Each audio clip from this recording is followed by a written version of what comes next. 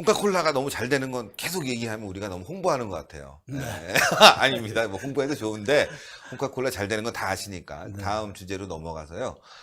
일단 홍준표 대표에 대한 호불호가 분명히 있어요. 네. 많은 분들에게 호불호가 있는데 그 호불호 중에 하나가 바로 박근혜 대통령 출당. 네. 이건 좀 심했다. 네. 그것 때문에 우파가 갈라졌다 이런 얘기가 많습니다. 네. 그러니까 박근혜 대통령을 왜 출당시켰냐. 대선 때는 박근혜 대통령 명예회복시키겠다고 공약하더니 네. 그다음에 이제 그런 박근혜 대통령의 그 비극을 만들어낸 그 바른당으로 뛰쳐나갔다가 당으로 네. 돌아온 사람들을 왜 받아들였냐. 이제 이게 지금 우파 일각에서 대한민국 사랑하는 우파 일각에서 홍준표 대표에 대해서 좀 불안한 시선으로 보고 있는 포인트 중에 하나거든요. 네. 그래서 그 부분에 대해서 오늘 제가 마침 그때 자유한국당 혁신위원장을 했습니다. 네. 홍준표 대표가 그렇죠. 당 대표로 선출된 게 2017년 7월이고요. 그 일주일 후에 이제 저를 혁신위원장을 좀 맡아달라고 해서 제가 흔쾌히 가서 돕겠다고 해서 혁신위원장 일을 시작했고, 그러고 나서 9월 달에 이제 박근혜 대통령 출당을 혁신위원회 이름으로 그러니까 출당을 권고하는 발표를 했고, 그 공고에 따라서 당에서 이제 절차를 밟아서 출당을 시켰는데, 그 단순한 그 상황만 보면은 이제 앞뒤가 안 맞는 거 아니냐, 홍준표 대표의 선택이. 그런 얘기들을 할 수 있는데, 그 뒷사정이 좀 있습니다. 네.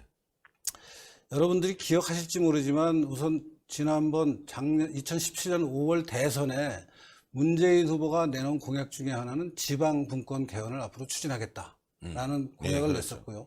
실제 이제 그 양반이 당선이 돼서 대통령이 됐고, 대통령이 돼서 처음 권력을 행사하면서 여러 가지 이제 시도를 했죠. 뭐 예컨대 가장 먼저 했던 게 그 원자력 발전을 폐기하는 수준을 네. 밟은 무슨 공론화위원회인가를 만들어서 네. 난리를 치고 했는데, 그런 여러 가지 그 새 정권의 무모한 시도 중에 하나가 지방분권 개헌도 네. 포함되어 있었습니다. 그거를 근데 이제 막아야 되는데, 막으려면 가장 쉬운 방법이 국회의 의석을 3분의 1 이상 갖고 있어서 국회의원 3분의 2가 찬성을 하지 않도록, 네. 그러니까 야당이 100석 이상을 확보해서 이제 국회에서 통과를 안 시키면은 가장 확실하게 맞는 방법이죠.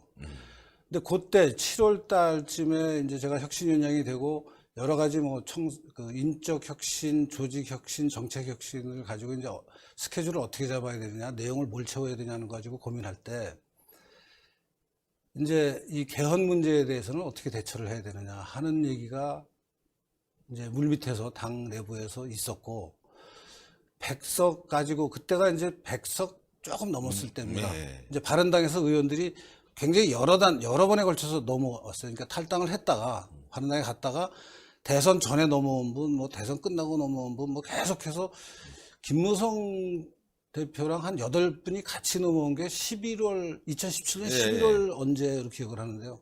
그러니까 그 단계를 거치면서 이제 김무성 대표가 11월 달에 8명이 한꺼번에 넘어와서 한국당이 115석이 됩니다. 네. 그러니까 그 8분이 오기 전에는 빼면 한 107석 네. 정도 되고, 그 전에 또 한두 사람씩 오고 해서 제가 혁신위원장을 시작할 때쯤에는 100석이 조금 넘는 상황이었는데, 이제 그 100석의 구성을 자세히 들여다보면 또 뭐 그당 이미 선거법 위반이다, 뭐 정치자금법 위반이다 그래서 이제 의원직을 상실하게 될 게 예상되는 경우도 있고, 또 그 100명 중에는 일부는 또 뭐 이런저런 이유로 당을 버리고 다른 선택을 할 수 있는 분들도 없지 않아 있어 보이고 해서 100석 남짓 갖고는 개헌을 확실하게 저지할 수 없으니까 바른당에서 오겠다는 국회의원들을 우리가 받아야 되는 거 아니냐 하는 얘기를 물밑에서 굉장히 많이 할 수밖에 없었습니다. 네. 이제 그 대목하고 이 박근혜 대통령 출당하는 문제하고 연결이 돼 있는 게요. 이 바른당에서 오는 분들을 이제 자유한국당 집에서는 받아야 되는데, 이분들이 오는 조건으로 박근혜 대통령을 출당시켜달라는 요구를 이제 했죠. 근데 그거를 안 받고 니네 배신자들이니까 오지 마라. 마음 같아서는 그러고 싶었는데, 이제 그러자면은 이분들이 안 오면은 당에서 개헌 저지하는 의원 수를 확보하지 못할 수 있고, 개헌이 통과되면은 이제 연방제 개헌으로 가는 첫 번째 그 과정인 지방자치 분권이 이제 헌법을 통해서 마련이 되니까, 이거는 체제를 지키는 문제이니까 너무나 중요해서 박근혜 대통령 출당 문제와 헌법 수호하는 그 당시 이 자유우파 진영의 절체절명의 과제, 이 둘 중에 무엇을 선택해야 되느냐 하는 게 아주 어려운 딜레마였습니다. 근데 그거를 제가 그때 그 당시 대표였던 홍준표 대표하고 굉장히 여러 앵글에서 검토를 하고 이거는 받는 수밖에 없다. 그러면은 박근혜 대통령을 또 어렵지만 안타깝지만 우리가 출당 결정을 할 수밖에 없지 않느냐. 또 그리고 그때 저희가 생각했던 것 중에 하나가 과거에도 정권이 바뀌면서 당이 어려워졌을 때 전두환 대통령에서 노태우 대통령으로 넘어갈 때도 전두환 대통령이 탈당을 스스로 해주셨고, 또 그 다음에 노태우 대통령에서 김영삼 대통령으로 넘어갈 때도 마찬가지 일이 있었고, 또 김영삼에서 다음번 그 선거에 지고 정권을 뺏겼을 때도 마찬가지 일이 있었고, 그래서 전직 대통령들이 스스로 탈당해 주는 게 당의 입지를 좀 편안하게 해주는 거 아니냐 하는 얘기들을 저희들끼리는 했습니다. 근데 저희들끼리 해봐야 소용이 없는 게 이제 박근혜 대통령 본인이 그런 판단을 해주셔야 되는데, 불행하게도 이제 감옥에 계시니까 이 연결해서 소통할 수 있는 채널이 별로 없었습니다. 그래도 그 당시 어렵게 그런 문제를 박근혜 대통령하고 소통하는 채널을 만들어서 그 시도를 했었는데 잘 결과가 안 나오더라고요. 그리고 시간은 가고 아까 말씀드린 헌법 개정 문제가 점점 더, 그래서 실제 제 기억에 한 10월쯤에 그 문재인 대통령이 헌법 개정 드라이브를 굉장히 세게 그렇죠. 네. 그래서 전국적으로 서명 운동도 네. 벌렸고요. 그래서 심지어는 뭐 구청이라든가 관공서 가면은 서명대를 만들어 놓고 그렇습니다. 계속 서명을 받아서 아니 구청에서 왜 이런 일을 하냐 그렇죠. 해갖고 그때 상당히 논란이 됐었죠. 그래서 이제 다른 그 당시 국회 다른 그 교섭단체 구성을 봐도 다들 헌법 개정에 찬성할 수 있는 가능성이 높고, 바른당의 당시 공식 의견은 일단 헌법 개정에 반대한다라고 저도 기억을 하는데 그 말을 믿을 수가 없었습니다. 왜냐하면 이분들이 자기 당에 있는 자기들이 만들었던 대통령도 탄핵시킨 분들인데 지금 저렇게 겉으로 반대하다가 어느 순간 확 바뀌면은 헌법이 바뀌지 않겠느냐 그렇죠. 하는 걱정을 하지 않을 수 없었기 때문에 어려운 정말 그 고육지책을 선택했던 게 박근혜 대통령 출당이고, 그 출당을 했기 때문에 바른당 의원들이 한국당으로 복귀해서 그게 한 11월이 되면 115명이 되면서 개헌 문제는 이제 물 건너가게 됐죠. 큰 그림 안에서 보면 아픈 결정이고 향후 정치적 행보에 큰 타격이 있을 수 있는 그런 행보였지만 그래도 대승적 차원에서 결정을 내렸다는 거.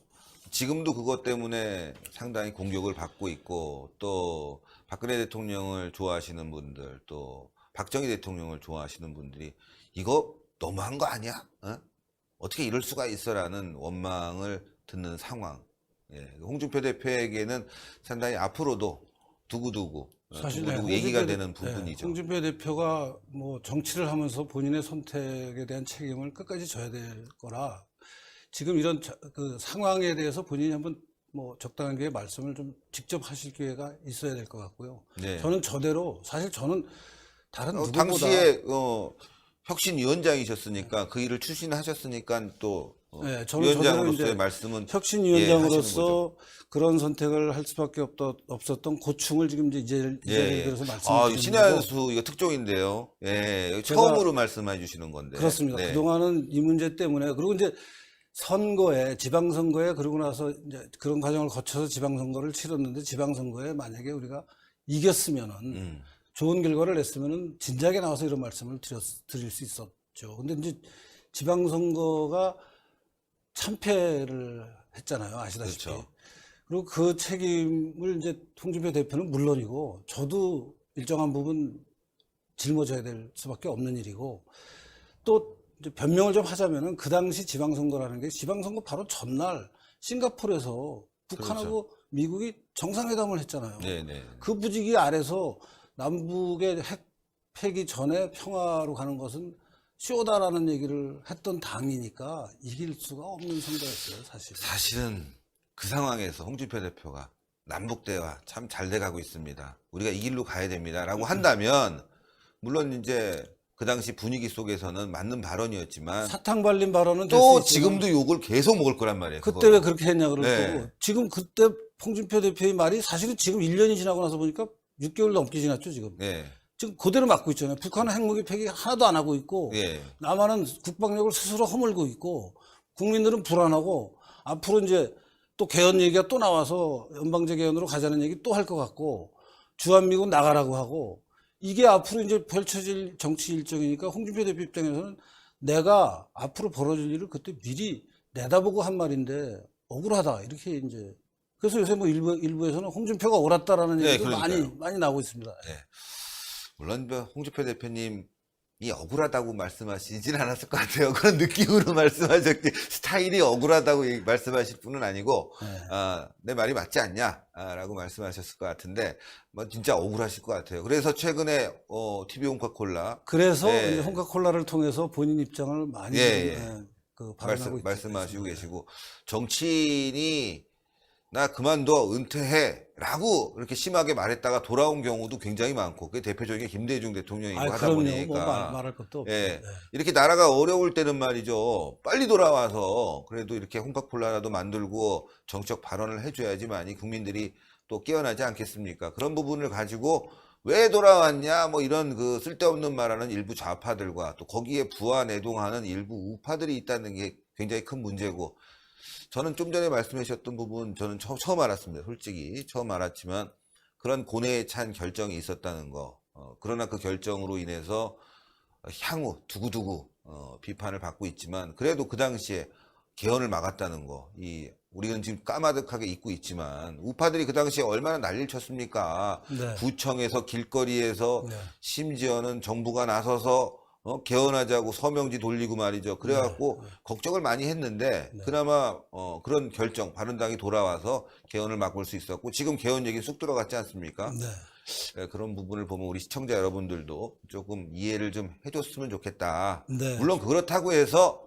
뭐 다 잘했다. 100% 잘한 거냐? 이렇게 그 얘기는 저희가 아닙니다만. 말씀드리는 건 아니고 그런 부분을 이해하고 우리가 힘을 뭉쳐야 되지 않겠느냐라는 부분이죠. 이걸 가지고 자꾸 공격하는 분들은 뭉치자는 게 아니라 자꾸 분열하자는 거거든요. 저는 그 부분이 제일 걱정이 되는 게 그러니까 예. 그런 정치적 어떤 그 과정을 갖고 정치적 이정표를 갖고 있는 홍준표 대표도 고뇌에 찬 선택을 한 것이고 그런 고뇌에 찬 선택이면은 크게 봐서 대한민국을 바로잡는 이 보수 우파 세력에서 중요한 자산으로 삼아야 되는데 그렇죠.